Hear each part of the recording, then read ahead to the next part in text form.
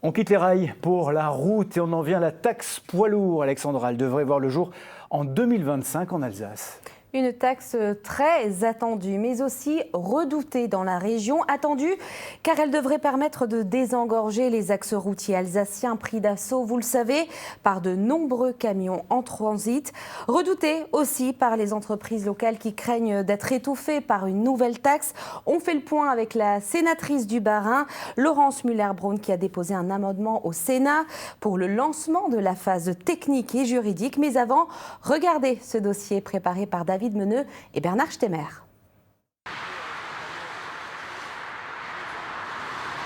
Des poids lourds sur une voie, des voitures sur l'autre, les Alsaciens vont finir par conduire à gauche comme des Anglais.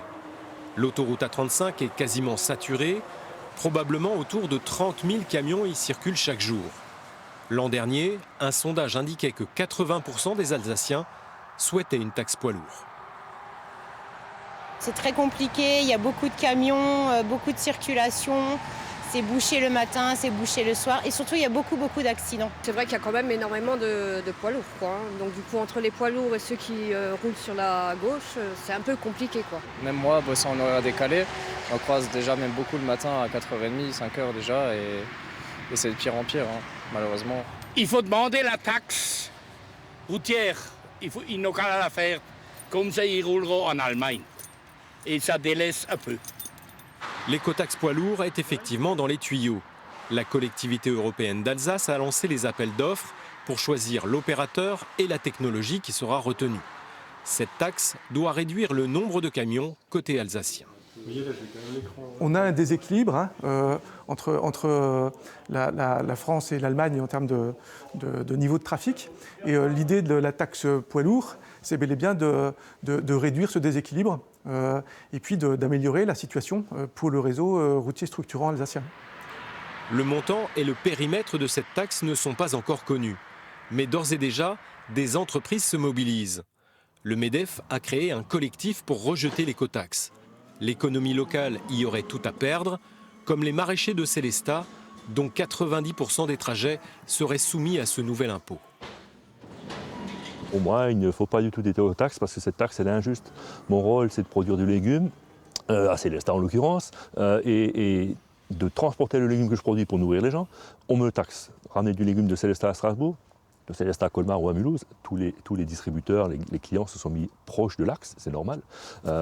Livrer des légumes à ces clients-là, on me taxerait. Moi, il y a 34 € qui viendraient en plus dans mes charges de transport entre Sélestat et Strasbourg pour un voyage. Donc c'est considérable à la fin de l'année. Et ça, ces charges-là, on ne peut pas les supporter. Il n'empêche que les poids lourds risquent d'être encore plus nombreux en Alsace. Les deux autoroutes, alsacienne et allemande, ne sont distantes que d'une vingtaine de kilomètres. Et depuis le 1er décembre, la taxe carbone en Allemagne a augmenté de 60 à 80%. L'Allemagne est un pays de transit. Nous avons un très gros trafic nord-sud et sud-nord. Je suis convaincu que les entreprises de transport de l'Est de l'Europe vont utiliser l'autoroute alsacienne parce qu'elle est clairement moins chère. En 2005, l'instauration de la taxe poids lourd en Allemagne avait envoyé 2500 camions supplémentaires chaque jour de l'autre côté du Rhin. Quel montant faut-il imposer en Alsace pour dissuader les camions de venir ? Trop faible, l'écotaxe n'aura aucun impact. Trop élevée, elle fera bondir les entreprises locales.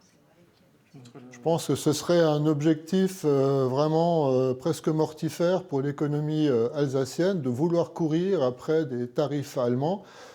Sachant que l'Allemagne, c'est une politique nationale, nous sommes sur une taxe territoriale et donc on souhaite justement trouver cet équilibre entre la nécessité de faire contribuer ceux qui roulent sur notre réseau, la capacité de réinjecter les moyens, tout en conservant un tissu économique alsacien performant. L'écotaxe pourrait rapporter 30 millions d'euros par an à la collectivité européenne d'Alsace. Elle servirait à améliorer les infrastructures routières, portuaires et ferroviaires.